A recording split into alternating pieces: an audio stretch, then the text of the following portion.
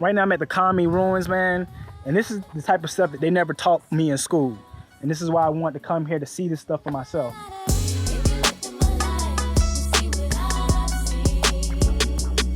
For content on Africa and the diaspora's history, culture, and travels, subscribe to the channel and hit that bell notification and that like button so this content can be suggested to more people. And if you want to support Travel in Truth, you can do so by buying the Travel in Truth merchandise or donating in the links below.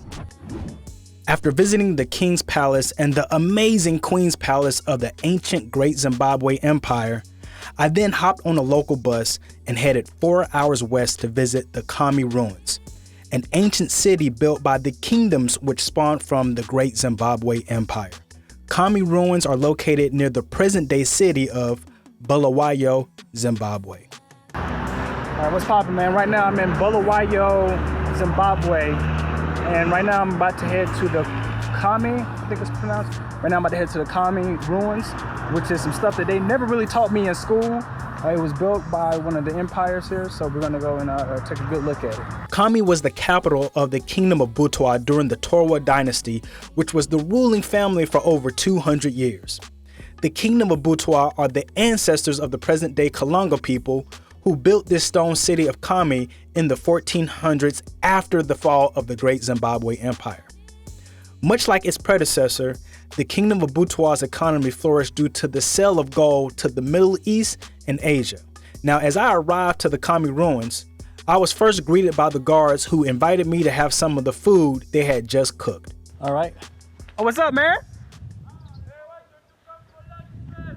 Nah, man, what they talking about, man? I'm gonna go talk to these dudes.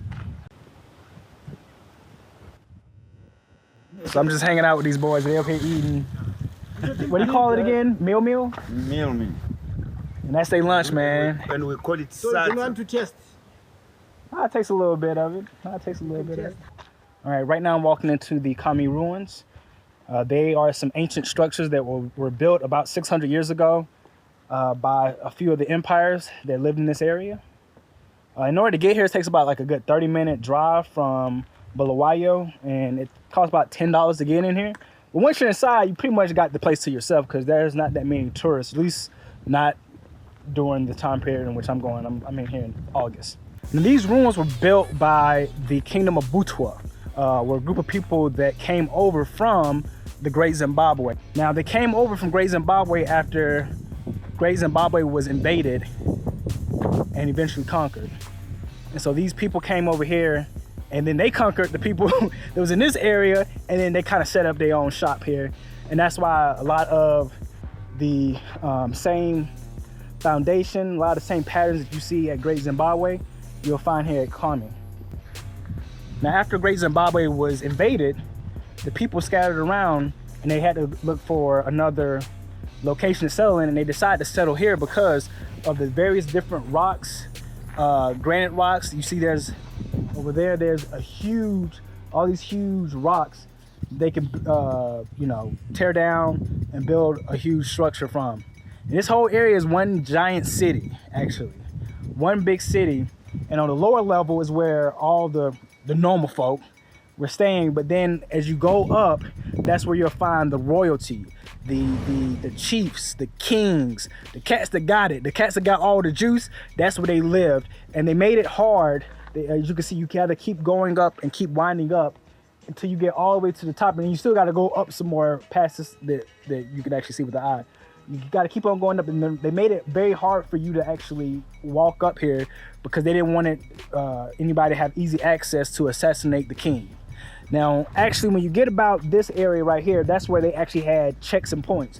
Basically, if you were gonna come into the city, or at least the high ground, where all the different kings and chiefs and the royalty and the generals and all that stuff live, then you had to get patted down. They would search your possessions to make sure that you weren't trying to poison anybody or pull a Julius Caesar. Now, the higher platforms you go up, the more high in rank the people were, and they made this really for security reasons. And of course, at the very top of the hill will be the king of the hill, if you will, over all of the land. All right, now as you can see over here, that a lot of the ruins has been destroyed. That's just an overall theme in this area. You see that the rocks are cascading down over here. Over here you see they're cascading down. When this was originally built, the walls were going straight up, and at the top was a flat surface. Now they got destroyed when European settlers came and colonized the whole area, and they came looking for gold. Now the reason why they kept digging in the land looking for gold is because the Butua kingdom was well known for being the supplier of gold for civilizations all around the world. Now what they don't tell you in school is that way before Europeans came over and colonized large parts of Africa, way before Christopher Columbus discovered America, the Chinese, Arabs, even the Portuguese were trading with Africans from all over, particularly the Butua kingdom, for gold in exchange for other materials. If you go to the museum in Bulawayo, you will actually see a lot of these artifacts where they do have plates from China spanning back 700 years. They actually found in this area. And there's other museums around as well that have artifacts from the Portuguese, from Arabs, from the Chinese spanning back 700 years ago to 300 years ago, all found in this area. One thing that I am amazed about coming to this to the Khami ruins is how vast it is. It stretches miles and miles and miles. A lot of it's scattered, but the main parts, this is right now I'm approaching the part where the king would have lived. That's all in one solid location, but you keep going out, you just see all these different structures similar to this. All right, right now I'm at the very top. This is where the king would have been living. There were several houses here at the very top of the structure, and for security reasons, no one would ever know which one the king would be living in. And when the Europeans came, they dug into a lot of this, but you can still see fragments, little small sections of where the foundation, where they would build the houses on top of, is still here. And this is one part. And they use like a specific type of mud for the foundation. Now, as I said, they have a lot of different platform structures, tall buildings here. I'm going to one of them right now that used to actually be a place of worship. This place used to be, this particular one used to be a place of worship. And what they would do is they would come and worship on this little platform up here. Now, later on, when Zimbabwe was eventually colonized, the Europeans came and drew a cross in this rock because it was a way to get the locals to convert to Christianity. And even to this day, people from all around the world, no matter what religion, they come here and they worship, they pray, etc. as they believe they'll find good luck or good fortune on this particular rock. I'm out of shape, I'm out of breath. Shoot. This was the capital of the Butua kingdom for at least 200 years, from 1450 spanning into the late 1600s. Now, later on in the late 1600s, they would then be invaded by the Rozvi Empire. So, yeah, karma is a mother lover, right? These people came over and they debowed the land from somebody else, and they built these beautiful structures.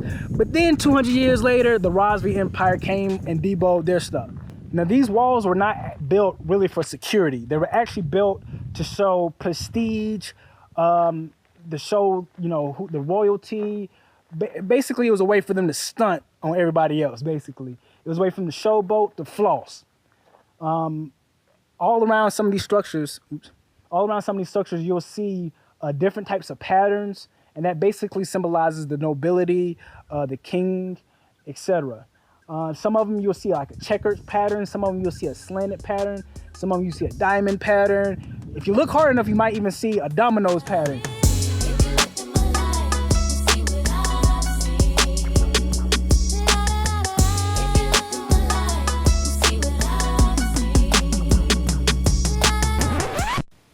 Okay, so no joke, I just heard two animals get in a fight, and one of them clearly lost, and Let me get there.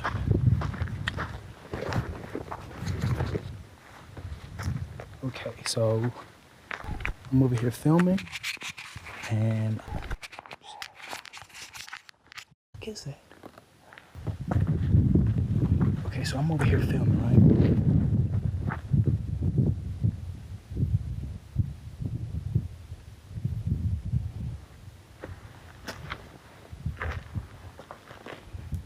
I'm over here filming, and I just hear two animals get into it. One of them was getting his ass whooped, and the other one was just screaming.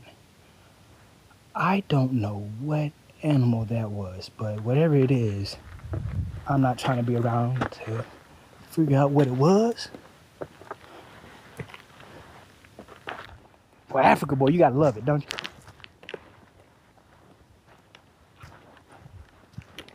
Okay, but that time the wind shook the grass and I got scared. Man, what type of animals are in this area? Because I just heard two animals get in the fight and the fight wasn't even. It was like, rah, rah, rah, and the other one was squealing. The baboons. Oh, some they call them monkeys, but these are baboons. You saw the baboons because they were here now. Had a great time. Had a great time. What's that music? Wait. You just caught me off guard. What's your favorite rapper? Rich Gang. Like the Chris Brown. Chris Brown. Lil Wayne. Lil Wayne. And Nicki Minaj. Nicki Minaj. Man, you totally caught me off guard with that, by the way. I thought you were gonna say like you like I don't know, Isaac Brothers or something like that. This dude said Rich Gang. After visiting the Khami ruins, I then got on a local bus for a 6-hour bus ride to Harare. I love catching local buses in Africa because you never know what random, funny thing will happen next. Now, I've met a lot of hustlers in my life, but never has anyone tried to slang baby chickens to me on a bus. Okay, you about to fly out. I love Africa. Much love to my Zimbabwe brothers out there, man. Now, after I arrived in Harare, which is the capital of Zimbabwe, I did some quick sightseeing and then I caught a flight and headed to Ethiopia, home to one of the most unique cultures on the planet and a country filled with great African history.